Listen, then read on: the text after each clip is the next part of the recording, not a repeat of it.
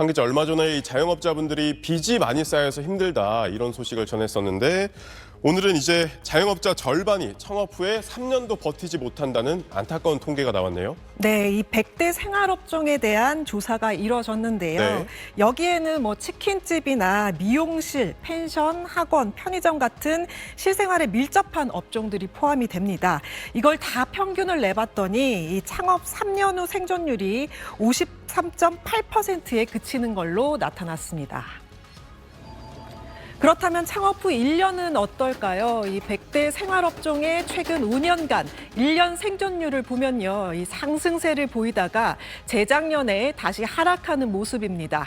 2019년에 77.8%에서 2022년에 79.8%까지 상승세를 보였지만 2023년에 77.9%로 다시 2019년 수준으로 돌아오는 모습을 보였습니다. 시간이 흐를수록 생존율이 크게 낮아지는 경향도 뚜렷했습니다. 앞서 이 3년 생존율, 그러니까 2020년 창업자의 3년 생존율은 53.8%로 뚝 떨어졌고요. 5년 생존율은 40%도 안 돼서 2018년의 창업자의 5년 생존율은 39.6%에 그쳤습니다. 10명이 창업을 하면 5년 후에는 4명만 사업을 계속하고 있다는 겁니다. 우리가 맛있다는 그 가게, 잘한다는 그 가게 조금 시간 지나서 다시 찾아가 보면 없어져 있잖아요. 1년만 지나도 10곳 중 3곳이 문 닫고 3년만 지나면 절반이 문 닫고 5년 지나면 6곳이 문을 닫기 때문이었습니다.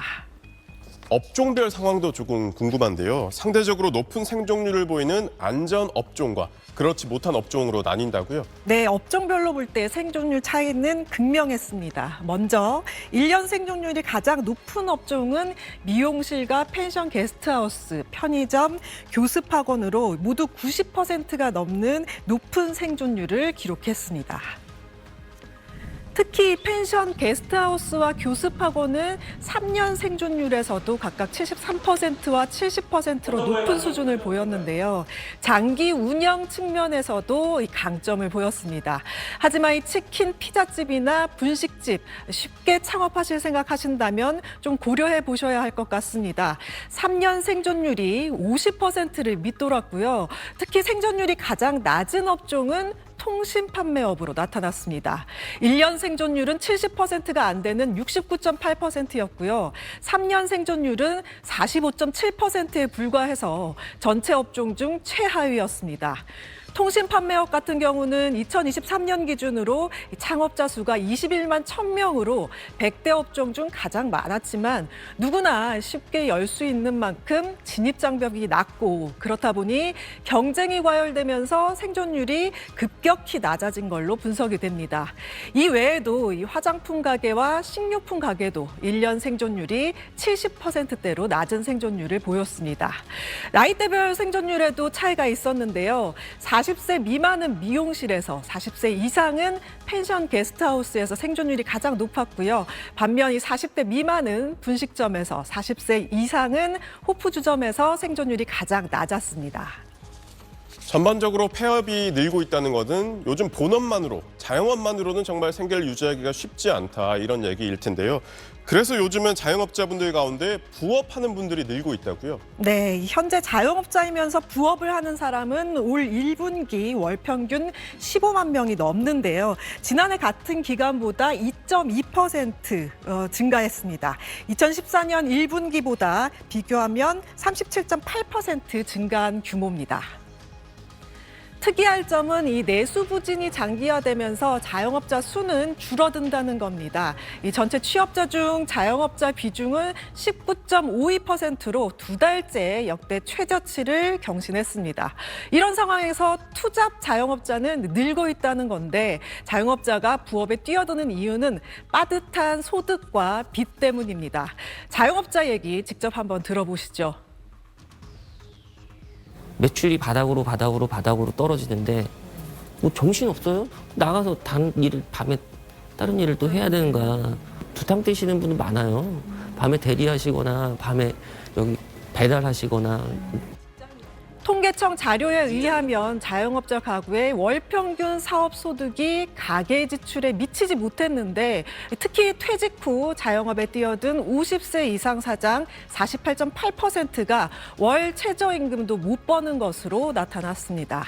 예, 최근 한 일자리 앱에서 성인 남녀 1,292명을 대상으로 조사한 결과 10명 중에 6명이 아르바이트를 한다라는 응답을 했습니다. 이 가운데 절반 이상은 본업과 아르바이트를 병행하는 이른바 투잡 쪽이었고요. 나머지 36.3%는 아르바이트만 하고 있다라고 답했습니다. 본업과 아르바이트를 병행한다고 답한 사람 가운데는 주 30시간 미만 근로와 아르바이트를 병행하고 있다는 응답이 가장 많았습니다. 이후로는 본업 수입만으로는 생활이 어려워서를 1순위로 꼽았는데요.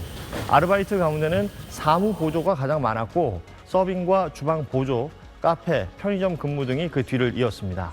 아르바이트만 한다고 답한 사람들의 월 평균 소득은 101만 5천 원이었고 본업과 병행한다고 답한 사람들의 월 평균 아르바이트 소득은 73만 6천 원이었습니다. 김진영 씨는 이른바 투잡을 뛰고 있습니다. 지난해 11월 문을 연 카페는 장사가 너무 안 됐고 부업으로 시작했던 배달에 지금은 더 많은 시간을 씁니다. 카페만으로 이제 생활이 안 되니까 배달을 더 많이 하게 됐고 카페는 라이더 휴식 공간이 됐습니다.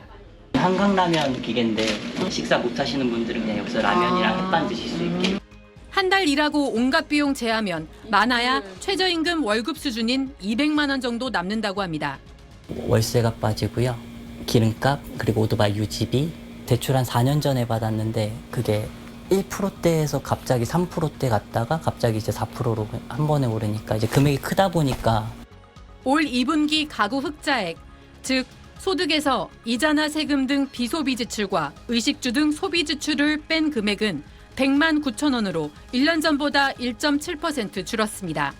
2022년 3분기부터 8개 분기 연속 줄고 있는데 관련 통계 작성 이후 최장기간 감소입니다.